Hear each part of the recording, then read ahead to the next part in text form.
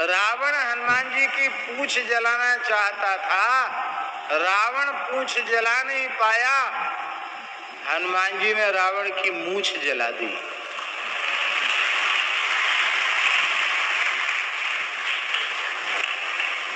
पंडित श्री गंगादत्त जी व्यास कहते थे कि जब रावण ने हनुमान जी की पूंछ में आग लगवाई तो एक मूंछ पर ताव दे रहा था, दूसरी मूंछ तो खाली थी। हनुमान जी ने सोचा कि अग्नि लगाने का श्री गणेश कहाँ से करें। तो पंडित जी कहते थे कि पूंछ से मूंछ में आग लगा दी।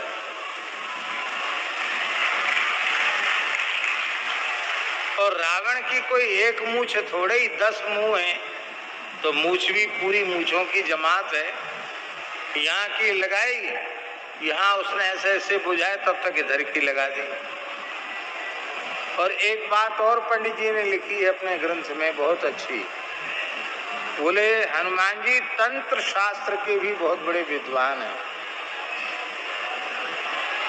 तो रावण जब मंदोदरी के साथ सो रहा था तो पहले तो एक बार हनुमान जी को भ्रम हो गया कहीं जानकी जी तो नहीं है, और वाल्मीकि के सुंदरकांड में भी इसका संकेत है।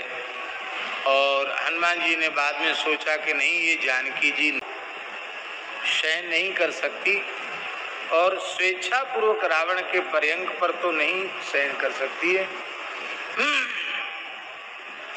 ये निश्चित मंदोदरी है।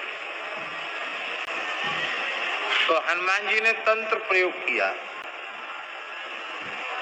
उसकी चोटी से, वेणी से रावण की चोटी बांध दी। ब्राह्मण था, चोटी तो रखता ही था।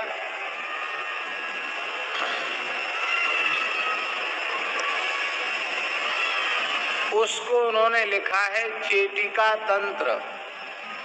चेटिका तंत्र के अनुसार उन्होंने बांधी। अब उस तंत्र की काट क्या है? उसकी काट ये है कि चोटी गांठ खुलेगी नहीं।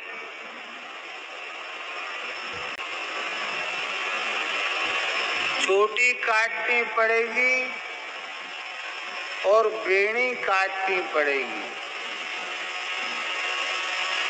किसी सौभाग्यवती स्त्री की बेणी काट दी जाए तो यह उसके लिए बहुत अशुभ संकेत है। अब तो माताएं अपने आप ही कैंची चलवाती हैं अपने केसों पर, ये बड़े दुर्भाग्य। माताओं को बाल नहीं कटवाने चाहिए, शास्त्रों में उसका निषेध है।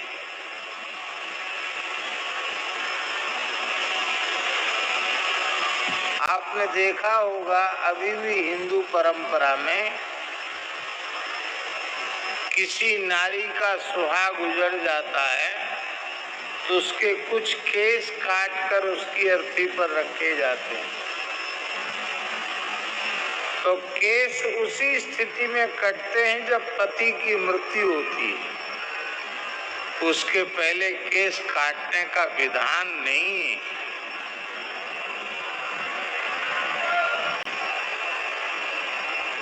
नारी के केस पर कैंची नहीं चलनी चाहिए।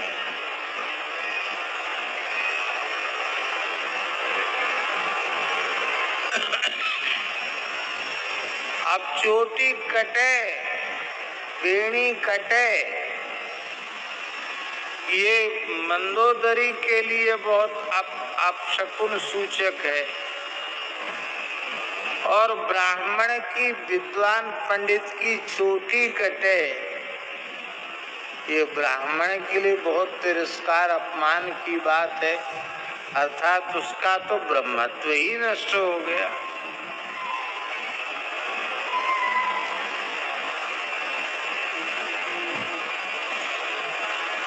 काटेंगे तो भी रावण की हंसी और मंदोदरी का अपशकुन,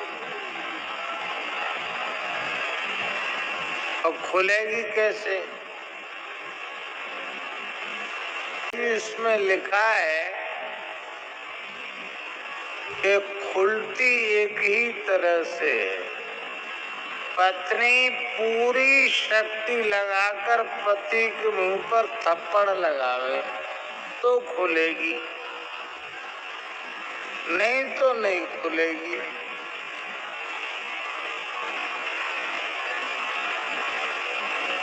अब सवेरे जैसे ही उठे तो चोटी और बेणी दोनों बंधी हुई थी, टकराए। अरे ये क्या हुआ, ये दुष्टता किसने की, यहाँ तक कौन चला आया? बोले सोचने विचारने का समय नहीं है, इसको खोलो। वो खोले ही नहीं गांठ। रावण भी विद्वान तो था ही तंत्र शास्त्र का, उसने देखा रे बोले किसी बड़े तांत्रिक ने तंत्र प्रयोग किया है, अमुक तंत्र के अनुसार ये बांधा है। अब उसका एक ही समाधान, या तो हमारी चोटी कटे तुम्हारी वेणी कटे। बोले वो तो सब दुनिया में बेइज्जती हो जाएगी, भाई हमारी भी हुई तो रह नहीं जाएगी, बात प्रकट हो जाएगी तो उसमें हमारी निंदा बहुत होगी। ये हमारे साथ बहुत बड़ा छल हुआ है। अब देवी अभी कोई देखने सुनने वाला नहीं है,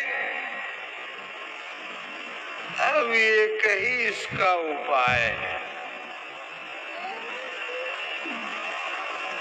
कि तुम पूरी शक्ति लगाकर एक तमाचा हमारे मुंह पर लगाओ।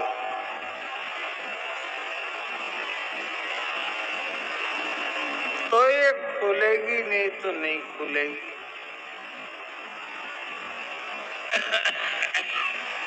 मंदोदरी बहुत संकोच में पड़ गई,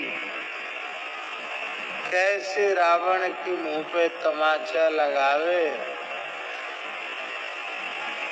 और इधर वीणा मुर्ग मृदंग आदि वाद्य बजने लगे, रावण को जगाने वाले वाद्य।